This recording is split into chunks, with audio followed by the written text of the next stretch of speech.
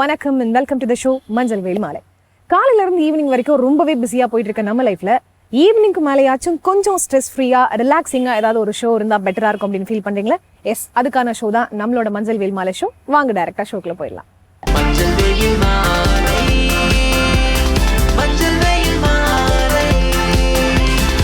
நம்ம ஷோட first segment யோகாசனம்.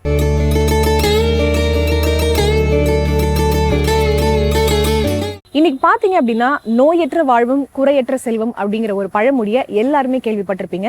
ஆனா அந்த பழமொழிக்கு ஏற்ற மாதிரி இன்னைக்கு யாராலையும் வாழ முடியறது இல்லைங்க. எல்லாருக்குள்ளேயும் நோய் அப்படிங்கிற ஒரு விஷயம் நிறையவே நம்ம பார்த்துட்டு இருக்கோம். இந்த நோய்கள்ல இருந்து எப்படி விடுபடுறது, எப்படி நம்ம வந்து ஆக்டிவா ஹெல்தியா இருக்கிறது அப்படிங்கிறதுக்கு ஒரு நல்ல தீர்வு என்ன அப்படின்னு பாத்தீங்கன்னா யோகாசனம் தான். சோ அந்த யோகாசனத்தை எப்படி இவங்க சொல்லி தராங்க, என்னென்ன பெனிஃபிட்ஸ் எல்லாம் இருக்குன்னு சொல்றாங்கன்னு பாருங்க. அனைவருக்கும் வணக்கம். இன்று யோகா பகுதி நம்ம பார்க்கக்கூடியது வந்து ஒரு சில பயிற்சிகளை வந்து நம்ம பார்க்க போறோம். அது எதுக்காகன்னா நம்மளோட ஹிப் ஸ்ட்ரென்த்துக்காக வந்து நம்ம பார்க்க போறோம். இடுப்பு பகுதியை வந்து நல்லா வந்து ஸ்ட்ரென்த்தனா இருக்கிறதுக்காக அப்படிக்காக பார்க்க போறோம். இது வந்து சிறியவர்கள் இருந்து பெரியவர்கள் வரைக்குமே பண்ணலாம். இப்போ வந்து மிடில் ஏஜ் பீப்புள் நிறைய பேருக்கு வந்து இந்த லோ பேக் பெயின் அதெல்லாம் வருது, அவங்களுக்காக பண்ணலாம். அண்ட் மோஸ்ட்லி வந்து இது யாருக்காக ரொம்ப ரொம்ப இம்பார்ட்டன்ட் அப்படின்னு பார்த்தீங்கன்னா இந்த அத்லெட்டிக் பர்சன்ஸ் இருக்காங்களா அவங்களுக்குலாம் வந்து பண்ணலாம். அதாவது பசங்க வந்து நல்லா வந்து அந்த ரன்னிங் போறது, அதுக்கப்புறமேட்டு மற்ற இதெல்லாம் இருக்கு இல்லையா, அந்த பாஸ்கெட் பால் அவங்களுக்குலாம் வந்து நல்லா ஹிப் ஸ்ட்ரென்தன் ஆகிறதுக்காக வந்து இது வந்து தாராளமா வந்து செய்யலாம் சின்ன பசங்க. அதுக்கப்புறம் இப்போ அதை எப்படி பண்றதுன்னு வந்து நம்ம பார்க்கலாம். ரொம்ப எல்லாமே வந்து சுலபமா தான் இருக்கும். தண்டாஸ்னா,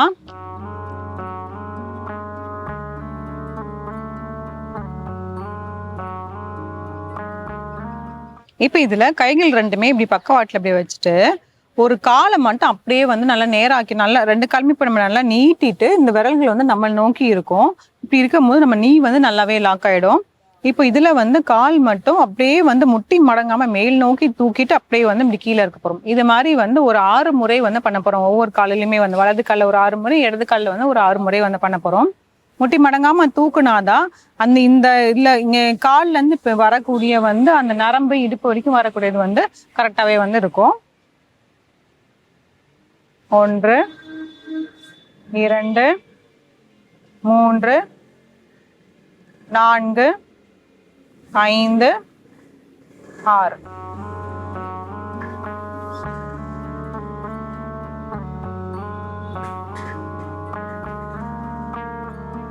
இதுல வந்து இந்த ஓரளவுக்கு நம்ம தூக்குனா மட்டுமே போதும். ரொம்ப இவ்வளவு தூரம் தூக்கணும்னு வந்து நமக்கு அவசியம் இல்லை. அப்ப நம்மளோட உடம்பு வந்து இப்படி பின்னோக்கி வந்து போயிடும். அதனால முதுகுத்தன் நல்லா நேராவே ஆக்கிட்டு ஓரளவுக்கு வந்து தூக்குனா போதும்.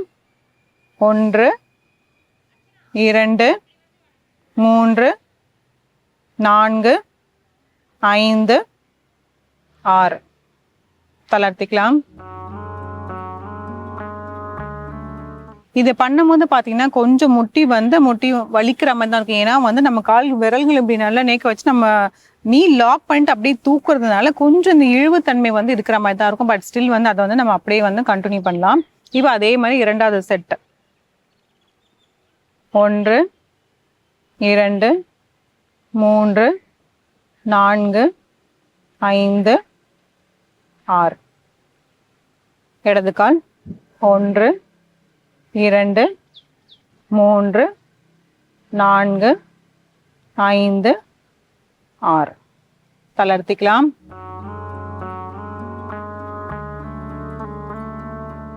இதுல வந்து இப்ப பயிற்சி 2. இந்த பயிற்சி 2ல கைகள் வந்து கீழே வைக்காம முதுகுத்தண்டால நேராவாக்கிட்டு கைகள் ரெண்டுமே இப்படி வந்து கிராஸ் பண்ணி வச்சுட்டு ஒரு கால் தூக்கிட்டு அது அப்படியே வந்து அந்த காலை வந்து இப்படி சைடு வேர்ட்ஸ் அப்படி தூக்கி போயிட்டு அப்படியே வந்து நம்ம வரப்போறோம். வலது காலில் வந்து பண்ணிடலாம். வலது காலை மேல் நோக்கி தூக்கிட்டு நல்லா சைடு வரைக்கும் போயிட்டு அப்படியே வந்து கீழே வைக்க போறோம். இதுல வந்து இப்போ ஒரு காலுமே மட்டும் ஒரு பக்கமே வந்து ஒரு 6 முறை பண்ணிட்டு பண்ணலாம். அப்படி இல்லைன்னா வலது ஒரு பக்கம் இடது ஒரு பக்கம் அப்படியும் பண்ணலாம். எப்படி நமக்கு வசதிதோ அந்த மாதிரி பண்ணிக்கலாம். இப்போ நான் வலது காலிலே வந்து ஒரு 6 முறை வந்து செஞ்சுறேன். 2 3 4 5 6 தளர்த்திக்கலாம். இப்போ அப்படியே வந்து நம்ம இடது காலில் வந்து பண்ணிட்டு போறோம். இதுலயுமே பண்ணும் போதுமே கால்கள் நல்லா நேரா இருக்கணும். கால் விரல்கள் நம்மளை நோக்கி தான் இருக்கும். கால் இப்படி விட்டுட்டு இருந்தாலோ இல்லை இப்படி இருந்தாலுமே வந்து அந்த அலைன்மெண்ட் கரெக்டாக வந்து இருக்காது. அதுக்காக தான் நம்ம நல்லா ஸ்ட்ரெயிட்டாக இருக்கணும். அதே மாதிரி முதுகு தண்டை கொஞ்சம் நல்லா நேராகவே வந்து ஆக்கிக்கணும். இப்போ நம்ம இடது காலில் வந்து பண்ணிடலாம். 1 2 3 4 5 6 தளர்த்திக்கலாம்.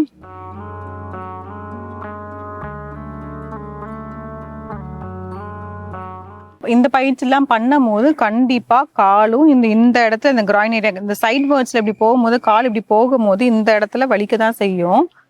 கொஞ்சம் வந்து அந்த டாலரேட் பண்ணிட்டு நம்ம பண்ணணும். இதெல்லாம் வந்து நம்ம குட் பெயின் தான். ஸோ வந்து இது தாராளமாக வந்து செய்யலாம். இப்போ வந்து நம்ம ஒரு முறை வந்து பண்ணோம். இதே மாதிரி வந்து நம்ம வந்து 2 முறை இல்லை 3 முறை 3 செட்டுகள் அந்த மாதிரி வந்து பண்ணலாம். இந்த சுலபமான பயிற்சிகளை முயற்சி செஞ்சு பாருங்க. மீண்டும் அடுத்த பகுதியில் சந்திக்கலாம்.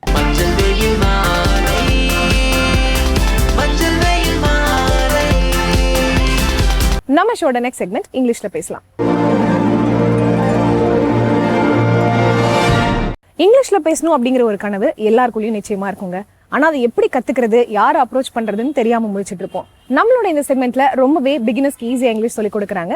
என்ன சொல்லி கொடுக்குறாங்க அப்படிங்கறத பாருங்க. ஹலோ ஃப்ரெண்ட்ஸ், இன்னைக்கு நம்ம இங்கிலீஷ்ல பேசலாங்கிற நிகழ்ச்சியில என்ன பார்க்க போறோம், ஆல்ரெடி என்ன பார்த்துட்டு இருந்தோம் அப்படிங்கிற ஒரு சின்ன நினைவூட்டலோட இன்னைக்கான கிளாஸ் ஸ்டார்ட் பண்ணிடலாம். எதை பத்தி பார்த்துக்கிட்டு இருந்தோம், காலங்கள் அப்படிங்கிறத பத்தி பாக்குறோம் இல்லையா. ஸோ அப்போ காலங்கள் அப்படின்னு வரும்போது ஒவ்வொரு காலமே ஒவ்வொரு விஷயத்த சொல்லிட்டு இருக்குன்னு நம்ம எப்பவுமே பார்த்துட்டே இருக்கோம்.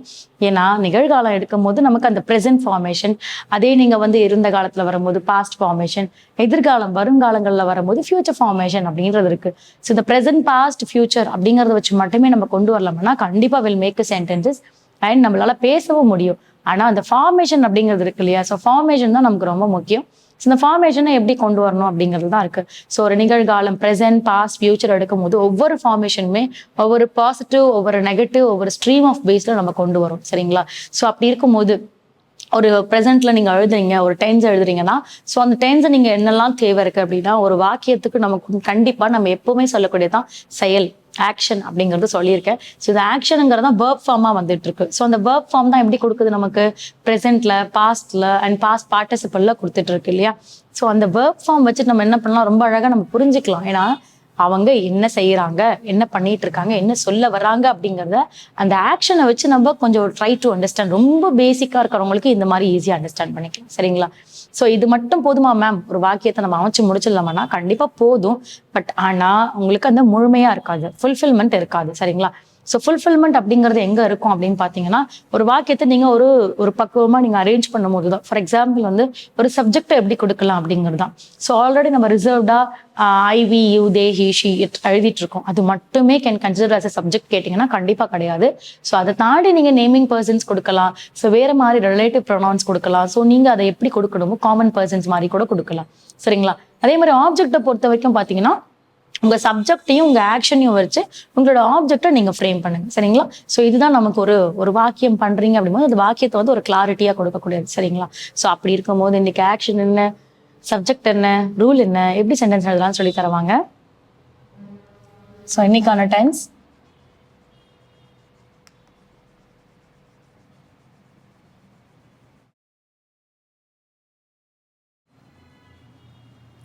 present continuous tense, affirmative is on positive. So already சொல்லியிருக்கோம் affirmative, positive, negative, interrogative. So இங்க நம்ம positive நல்லா strong பண்ணலாம். V1, V2, V3, then V1 plus ing. Present, past, past participle அப்படிங்கிறதா. So என்ன verb எடுக்கிறேன் அப்படின்னா learn. லேர்ன் அப்படிங்கிறது நான் நிறைய தடவை சொல்லியிருக்கேன். கற்றல் அப்படிங்கிறது தான் லேர்ன் இல்லையா. ஸோ அப்போ V2 and V3 learnt. So லேர்ன்ட்னும் போது கற்றார், கற்றான் அந்த மாதிரி சொல்லிக்கலாம். ஸோ V1 plus ing வரும்போது லேர்ன் plus ing, லேர்னிங் அப்படிங்கிறது வரும். ஓகேங்களா. So present, past, past participle and V1 plus ing. இப்போ ரெடி. தென் சப்ஜெக்ட்ஸ் என்ன இருக்குன்னு பார்க்கலாம். I, V, you, he, she, they, it. இது subject. Then rule பார்த்தீங்கன்னா present continuous. So present continuous rule வரும்போது subject plus is, am, are plus V1 plus ing plus என்ன பண்ணலாம் object. So இதெல்லாமே ஒரு ரூல் பேஸ்ட். ஸோ இப்போ நம்ம rule ready. இப்போ சென்டென்ஸ் எழுதுறதுக்கு முன்னாடி எந்த சப்ஜெக்டுக்கு எந்த ப்ரெசன்ட் ஃபார்ம் சூட்டபிளாக இருக்கும்னு எழுதலாம். ஐ வந்து ஆம், வாஸ். ஸோ அப்போ இது ப்ரெசன்ட் ஃபார்ம், இது பாஸ்ட் ஃபார்ம். சரிங்களா? அடுத்தது வந்து it is, was, he is, was, she is, was. So after this we are, were, you are, were, they are, were. So நம்ம சப்ஜெக்ட்டுக்கு ஏற்ப present form and past form சொல்லிட்டோம். இப்போ என்ன பண்ணலாம், சென்டென்ஸ் எழுதலாம். எக்ஸாம்பிள். ஸோ எப்படி எக்ஸாம்பிள் சொல்லணும்னா can take any subject, already சொல்லிட்டோம் இல்லையா? ஸோ நான் இப்போ இங்கே வந்து யூ எடுக்கிறேன். யூ எடுக்கும் போது ப்ரெசென்ட்ல என்ன வருது, are. So you are V1 plus ing, learn plus ing. You are learning, நீங்கள் கற்கிறீர்கள் அப்படின்னு சொல்லலாம். நீங்கள் என்ன பண்ணிட்டு இருக்கீங்க, கற்றுட்டு இருக்கீங்க அப்படின்றத நம்ம பேச்சு வழக்கில் சொல்லுவோம். ஸோ இதை நீங்கள் அப்படியே டிரான்ஸ்லேட் பண்ணோம்னா யூ ஆர் லேர்னிங் அப்படிங்கிறத நீங்கள் கற்கிறீர்கள் அப்படின்னு சொல்லலாம். எதை அப்படிங்கும் போது, அதாவது எந்த விஷயத்த நீங்கள் லேர்ன் பண்ணுறீங்கன்னா யூ ஆர் லேர்னிங் எனிதிங், நீங்கள் அதை எழுதிக்கலாம் இங்கே. You are learning grammar. So நீங்கள் எதை கற்றுக்கிட்டு இருக்கீங்க, கிராமர் கற்றுக்கிட்டு இருக்கீங்க இல்லையா? அப்போ நீங்கள் இலக்கணம்,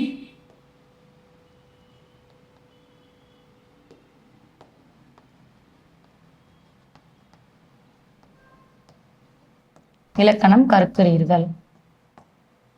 ஸோ நீங்கள் அப்போ எதை கற்றுட்டு இருக்கீங்கன்றதை நம்ம சொல்றது தான் யூ ஆர் லேர்னிங் கிராமர் அப்படிங்கிறது. சரிங்களா?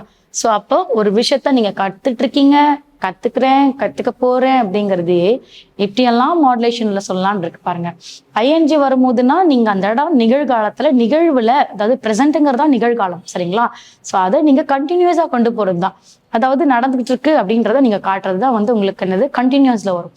ஜென்ரலாகவே அப்படிதான், கண்டினியூஸ் அப்படின்னாவே என்னது, அதாவது தொடர்ச்சி அப்படிங்கிற மாதிரி இல்லையா? ஸோ அந்த மாதிரி சொல்லக்கூடாது. ஸோ இப்போ நம்ம பார்த்ததுல உங்களுக்கு நிறைய வேரியேஷன்ஸ் தெரிஞ்சிருக்கும்னு நினைக்கிறேன். நீங்கள் பேசுறது தான் இப்போ இது இருக்கு. இப்போ நம்ம எழுதிருக்கோம், லேர்ன்னு எழுதிருக்கோம். சில பேர் லர்ன் அப்படின்னு படிப்பாங்க, ஏன்னா அங்கே ஆர் வரதால லர்ன் அப்படின்னு படிப்பாங்க. அப்படி பண்ணக்கூடாது. R is in silent and the word. So அந்த வேர்டில் ஆர் சைலண்ட். ஸோ அப்போ லேர்ன் அப்படிங்கிறத படிக்கணும். அதே மாதிரி லேர்னையும் லீனையும் கம்பைன் பண்ணிப்பாங்க, கன்ஃபியூஸ் பண்ணிப்பாங்க. ஸோ அதனால அதையுமே பார்த்துக்கோங்க. சரிங்களா? ஸோ இன்னைக்கான வேர்ப் ஃபார்ம் வச்சு உங்களுக்காக நான் சென்டென்ஸ் எழுதியிருக்கேன், ஃப்ரேம் பண்ணியிருக்கேன். நீங்களுமே இதை பேஸ் பண்ணி நிறைய சென்டென்ஸ் எழுதி பழகுங்க, கண்டிப்பாக பேசி பழகுங்க. அடுத்த கிளாஸ்ல அடுத்த இன்ட்ரெஸ்டிங்கான சென்டென்ஸோட உங்களை மீட் பண்றேன். தேங்க்யூ.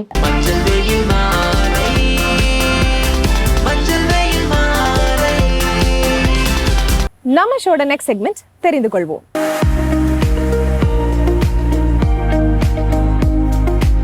இந்த உலகத்துல நம்மளுக்கு எல்லாமே தெரியும் அப்படின்னு யாராலையும் சொல்லவே முடியாதுங்க. ஒவ்வொரு விஷயமும் நமக்கு புதுசு புதுசா தெரிஞ்சுக்கிறதுக்கு தினமும் இருந்துட்டே தான் இருக்கும். அந்த வகையில இன்னைக்கு நம்ம பார்க்க போற அந்த புது தகவல் என்ன அப்படிங்கறத பார்க்கலாமா? வாங்க. வசந்த் டிவி ரசிகர்களுக்கு வணக்கம். இன்னைக்கும் நம்மளுடைய தெரிந்து கொள்வோம் நிகழ்ச்சியில தெரியாத பல விஷயங்கள் தான் தெரிஞ்சுக்க போறோம். நம்ம எல்லாருமே ஒரு குகைக்குள்ள போய் படுக்கிறோம்னு வச்சுக்கோங்க, அங்க கொசுக்கடி ரொம்ப பயங்கரமா இருக்கும் அப்படின்னு ஒரு பயப்படுவோம். ஏன்னா வீட்டுக்குள்ளேயே கொசு இத்தனை வருதுன்னா அப்போ ஒரு குகையெல்லாம் ரொம்ப இருட்டா இருக்கும், அங்க சுத்தி சுத்தி பார்த்தோம்னா கற்களா தான் இருக்கும், அப்ப கண்டிப்பா அங்க கொசு அதிகமா இருக்கும் அப்படின்னு நம்ம நினைப்போம். ஆனால் இங்க விட அங்க பெட்டரா இருக்கும்பா அப்படின்னு சொல்லலாம். ஏன்னா அங்கே பேட் அதிகமாக இருக்கும், அதாவது வவ்வால் அதிகமாக இருக்கும். அந்த வவ்வால் ஒரு இரவில் மட்டுமே 3000 பூச்சிகளுக்கு மேலே சாப்பிடும். அதுலேயும் குறிப்பாக அதுக்கு மஸ்கிட்டோஸ்னால் ரொம்ப பிடிக்கும். அதனால் கொசுக்களெல்லாம் விடாமல் வேட்டையாடக்கூடிய ஒன்று அப்படின்னு சொல்லலாம் இந்த வவ்வால்கள். அதனால் அந்த குகைக்குள்ள அதிகமான வவ்வால் இருந்துச்சு அப்படின்னா அங்கே கொசு வர்றது ரொம்ப கம்மியாக தான் இருக்கும். ரூபிக் கியூப் நம்ம எல்லாருக்குமே தெரியும், ஏன்னா ரொம்ப கலர்ஃபுல்லாக இருக்கும். குழந்தைங்களுக்கு எல்லாருக்குமே நம்ம டெஃபினட்டாக வாங்கி கொடுக்கக்கூடிய ஒரு டாயாக தான் இது இருக்கும். இந்த ரூபிக் கியூப் இருக்கு இல்லையா, இதை நம்ம என்ன பண்ணுவோம், கலர் ஷஃபிள் பண்ணிவிட்டு அதை திரும்ப சேர்க்கறதுக்கு ட்ரை பண்ணுவோம். இந்த மாதிரி ஒரு சில பேரால் 1 சேர்க்க முடியும், 2 சேர்க்க முடியும். சில பேரெல்லாம் ரொம்ப ட்ரைன் ஆயிருப்பாங்க, அவங்களால சடன்னு அந்த கியூபையே முடிச்சிட முடியும். டிஃப்ரெண்ட் ஷேப்ஸில் இருக்குது, சைஸ்ல இருக்கு, இதெல்லாம் ஓகே தான். ஆனா இந்த கலர் வச்சு நம்ம கண்டுபிடிக்கிறோம். ஆனால் கலர் தெரியாதவங்க இல்ல அவங்களுக்கு விஷனே இல்லை அப்படின்னா அவங்க எப்படி கண்டுபிடிப்பாங்க? கண் பார்வை இழந்தவங்களுக்காகவே ஒரு கியூப் இருக்கு, அதுதான் பிரைலி கியூப் அப்படின்னு சொல்லுவாங்க. இந்த கியூப்ல கலர்ஸ் எல்லாம் இருக்காது, அவங்களுக்கு புரியுற மாதிரி அவங்களுடைய சைன் லாங்குவேஜஸ் மாதிரி எல்லாமே பொறிச்சு வச்சிருப்பாங்க இதுல. ஸோ ஈஸியா அதை நம்மளால கண்டுபிடிக்க முடியும், ஐடென்டிஃபை பண்ண முடியும் அப்படின்ற மாதிரி அவங்களுக்கே கான்ஃபிடென்ட் இருக்கும். ஸோ ஒரு பக்கம் பார்த்தோம்னா எல்லாம் ஒரே மாதிரியான சயின்ஸ்ல இருக்கும், அடுத்தது எல்லாம் ஒரே சயின்ஸ்ல இருக்கும். இது எல்லாத்தையும் ஒன்று சேர்க்கறது தான் இந்த பிரைலி கியூபோடைய வேலையே. அது மட்டும் இல்லாமல் இது பார்க்கறதுக்கு ரொம்ப கலர்ஃபுல்லாக அட்ராக்டிவாக இருக்கிறதுனால எல்லாருக்கும் இதை பற்றி தெரியுது. ஆனால் இது குறிப்பிட்ட ஒரு சில பேருக்கு தான் அப்படின்றதுனால இதை பற்றி நிறைய பேருக்கு தெரியறதில்ல. மனிதர்களாக பிறந்தவங்க யாராக இருந்தாலும் சரி, அவங்க எல்லாருமே கண்டிப்பாக பாட்டு கேட்பாங்க. ஏன்னா டிஃபால்ட்டாகவே நம்மளுடைய பிரெயின் பாட்டை கேட்கும், அதாவது வேணும்னு கேட்கும். எப்படி உங்களுடைய வயிறு எனக்கு பசிக்குது சாப்பாடு வேணும்னு கேட்குதோ அதே மாதிரி இங்கே எனக்கு பசிக்குது பாட்டு போடுங்க அப்படின்னு பிரெயினும் கேட்கும். ஸோ நம்மளுடைய வயிற்றுக்கு எப்படி சாப்பாடு ஃபீட் பண்ணுறோமோ அதே மாதிரி நம்மளுடைய பிரெயினுக்கு பாட்டை ஃபீட் பண்ணோம். அட்லீஸ்ட் பாட்டுன்னா யாராவது ஒருத்தவங்க பாடிருக்கணும்னு அவசியம் இல்லை, ஏதோ ஒரு மியூசிக் கூட ஃபீட் பண்ணலாம். இப்போது அந்த மாதிரியான ஃபீட்ஸ் எல்லாம் தான் உங்களை ரிலாக்ஸாக இருக்க வைக்குது, அதுவும் உங்களுக்கே தெரியாமல் அப்படின்னு ரீசெண்ட் ரிசர்ச்சில் கண்டுபிடிச்சிருக்காங்க. ஒரு ஸ்டடியே இதை பற்றி எடுத்தாங்க. ஏன்னா நிறைய பேர் ட்ராவல் பண்ணும்போது பாட்டு கேட்குறாங்களே எதுக்காகன்னு கண்டுபிடிப்போம் அப்படின்னு. அவங்களும் ரொம்ப ரிலாக்ஸ் ஆகுறாங்க. ரொம்ப நேரம் ஒரே மாதிரி போய்கிட்டு இருக்கிறதுனால சில டைம் அந்த பிரெயின் அப்செட் ஆயிடுது. அந்த பிரெயினை குஷிப்படுத்துறதுக்காக தான் நம்ம பாட்டு போடுறோம் அப்படின்ற விஷயத்தையும் சொன்னாங்க.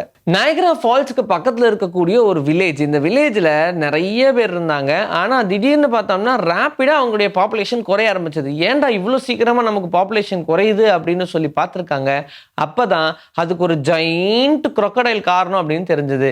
இந்த முதல்ல பார்த்தோம்னா 22 அடி அளவுக்கு நீளமாக இருக்கும், 2500 பவுண்ட் அளவுக்கு வெயிட் இருக்கும். அப்போ பார்த்துக்கோங்க எவ்வளோ பெருசுன்னு.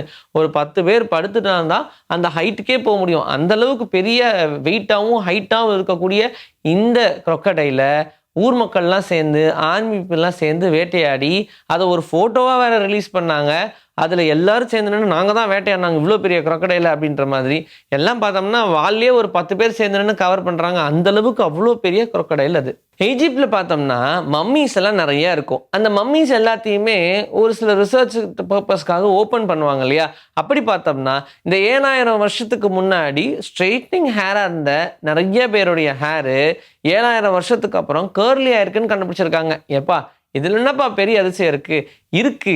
ஏன்னா இந்த முடி டீகம்போஸே ஆகாது அப்படின்னு சொல்லுவாங்க. ஆனால் இந்த மாதிரியான ப்ராசஸ் நடக்கிறதுக்கு என்ன காரணமாக இருக்கும்? ஏன்னா அவங்க இருக்கிறதோ ஒரு சவப்பெட்டியில், ஆனால் அந்த பெட்டிக்குள்ளே எப்படி இந்த மாதிரியான ஒரு மெக்கானிசம் நடந்துச்சு, சரி விடுங்க ஸ்டைல் நடந்துச்சு அப்படின்ற ஒரு விஷயம் புரியாமே இருக்குது. எனிவேஸ் இதுக்கான ரிசர்ச்சும் கண்டுபிடிப்பாங்க, அதுக்கான விடையும் நமக்கு தெரியும்னு நினைக்கலாம். ஆனால் இந்த 7000 வருஷம் கேப் பீரியடில் அந்த பெட்டிக்குள்ளே என்ன மாதிரியான பிரச்சனைகள் நடந்திருக்கும், அவங்க பாடியிலேருந்தே ரிலீஸ் ஆன டாக்ஸின்ஸ் தான் இதுக்கு எல்லாத்துக்கு காரணமா அப்படின்னு நிறைய விஷயங்கள் செக் பண்ணுறாங்க. ட்ரெசனைட் ஆஃப் ட்ரெசானியா அப்படின்னு சொல்லுவாங்க. இது பார்க்கறதுக்கு ப்ளூ டைமண்ட் மாதிரி இருக்கும், ஆனால் இது ரொம்ப ரொம்ப ரேருங்க. இப்போ நம்ம எப்படி நேச்சுரல் க்ரோன் டைமண்ட் வந்து ரொம்ப ரேர் அப்படின்னு சொல்கிறோம், இதை விட பல மடங்கு ரேரான ஒன்று தான் இந்த ட்ரெசானியாவில் கிடைக்கக்கூடிய இந்த ட்ரெசனைட் டைமண்ட்ஸ். ஸோ இதை டைமண்ட்ஸ்ன்னு நான் சொல்கிறேன், ஆனால் இதை ட்ரெசனைட்னு தான் சொல்லுவாங்க. ரொம்ப ரேரான ஒரு விஷயன்றதுனால இதை வாங்குறதுக்கு உலகத்தில் இருக்கக்கூடிய பணக்காரங்கள்லாம் ஏலத்திலேயே எடுப்பாங்கன்னா பார்த்துக்கோங்களேன். டைட்டேனியம் நம்ம எல்லாருக்குமே தெரியும். இந்த டைட்டேனியம்ன்றது ஒரு டைப் ஆஃப் மெட்டல். இந்த டைட்டேனியம்க்கு ஒவ்வொரு வோல்டேஜ் கொடுக்கும்போது அந்த டைட்டேனியமுடைய கலர் சேஞ்ச் ஆயிருக்கு அப்படின்ற விஷயத்தை கண்டுபிடிச்சாங்க. 12 வோல்ட்ஸுக்கு ஒன்று, 15க்கு ஒன்று, இதே மாதிரி 30க்கு மேலே ஒன்று, 40க்கு மேலே ஒன்று அப்படின்னு ஒவ்வொன்றுக்கும் ஒவ்வொரு மாதிரியான வோல்டேஜ் கொடுத்துருக்காங்க. அது எல்லாத்துலேயுமே ஒவ்வொரு டைப் ஆஃப் கலர் சேஞ்ச் ஆயிருக்கு. கொஞ்சம் அதிசயமான ஒன்று தான். இன்னைக்கு நம்மளுடைய தெரிந்து கொள்வோம் நிகழ்ச்சியில் தெரியாத பல விஷயங்கள் தெரிஞ்சுக்கிட்டோம். இதே மாதிரி சூப்பரான கண்டென்ட்டோட உங்களை நான் வந்து சந்திக்கிறேன். This is bye from Vijayashree. Take care. Finally நம்ம ஷோட எண்டுக்கு வந்தாச்சு. இன்னைக்கு நீங்க ஷோல பார்த்த எல்லா செக்மெண்ட்ஸுமே உங்களுக்கு ரொம்ப பிடிச்சிருக்கும் அப்படின்னு நம்புறேன். இதே மாதிரி ஒரு சூப்பரான எபிசோட்ல மீண்டும் சந்திக்கலாம். Until then, it's bye from Farida and Manjil Veil Maliji.